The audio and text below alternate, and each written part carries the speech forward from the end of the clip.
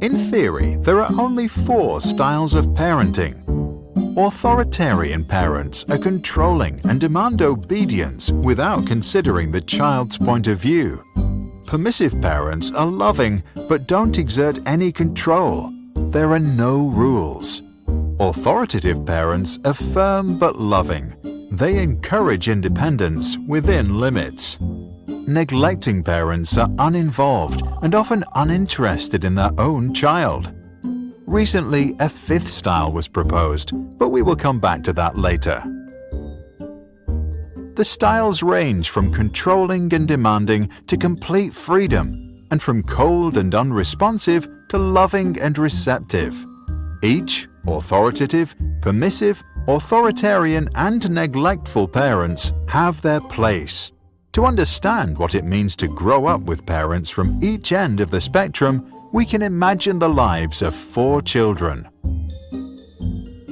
Sarah's parents are authoritarian. They love their girl, but they believe that strict rules are important to make Sarah become well-behaved and fit into society.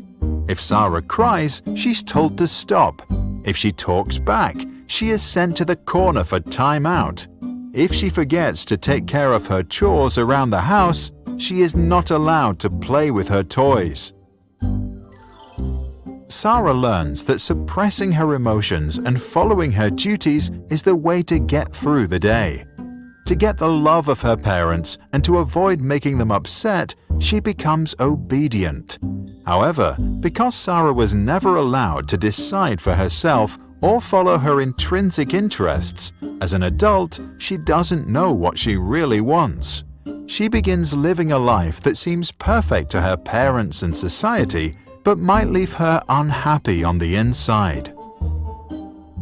Permissive parents, like those of Peter, enjoy their little boy so much that they believe they should fulfill all his wishes, give him full freedom, and never say no. Peter enjoys full control over his parents and gets whatever he wants. If he doesn't want to walk, he'll be carried.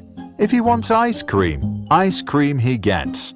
If he wants to play games, he'll be playing them all night. Peter grows up completely without borders and does whatever he thinks is right. He never coped with conflict, and he did not learn to control his emotions. The fact that he always got what he wanted made him a bad loser. As he grows older, he often acts inconsiderate and doesn't know his limits. Arthur's authoritative parents respect their child's needs, but believe that kids need freedom within certain limits. Arthur can freely play, but when he's done, he needs to help tidy up. He is allowed to eat ice cream, but only on Sundays. Screen time is limited to 30 minutes a day. There may be conflict, but the parents listen to what Arthur has to say and then lay down the rules. Arthur learns that some things are difficult, but his parents give him all the support he needs to get through it. He develops the strength to endure hardships and to continue following his interests and passions. In class, he bravely expresses his own opinions in an appropriate manner. During breaks, he can show his emotions and act freely. As an adult, he agrees to rules only after they have been discussed and he feels like he understands them. Neglectful parents are usually not present in their children's life. Nora often feels completely alone in the world. She experiences full freedom to do anything she wants to and has plenty of imagination, but she never receives any feedback or even attention. Nora realizes that it doesn't matter what she does because no one cares anyway. The lack of attention leads to a lack of trust in herself and others. She becomes insecurely attached, unable to form healthy relationships, and develops a negative image of herself. To stop feeling unworthy of love, she tries not to feel anything at all. In recent years, over-involved parents who are present in every aspect of their child's life are often referred to as the 5th style.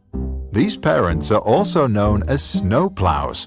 removing obstacles out of their kids' path, or helicopter parents who hover about and micromanage every aspect of their child's life. Since they won't let their children do anything alone, the children can't learn to overcome challenges by themselves. Research infers that these children don't like to solve difficult problems, lack perseverance, and may even procrastinate in protest when something requires a lot of effort. Since most research on parenting is based on self-reports and was done in the US and Europe, it is not clear how strongly the observed effects will hold up in controlled observational experiments or in other parts of the world. The 4 parenting styles were first introduced by psychologist Diana Baumrind. For good parenting, she advised balance of demandingness and responsiveness. Add to that the wise words of Maria Montessori to never help a child with a task at which he feels he can succeed, and parents should do pretty well. What do you think? Should parents resort to a specific style, or should they decide what's best to do in a given situation, as long as they don't neglect or abuse their child?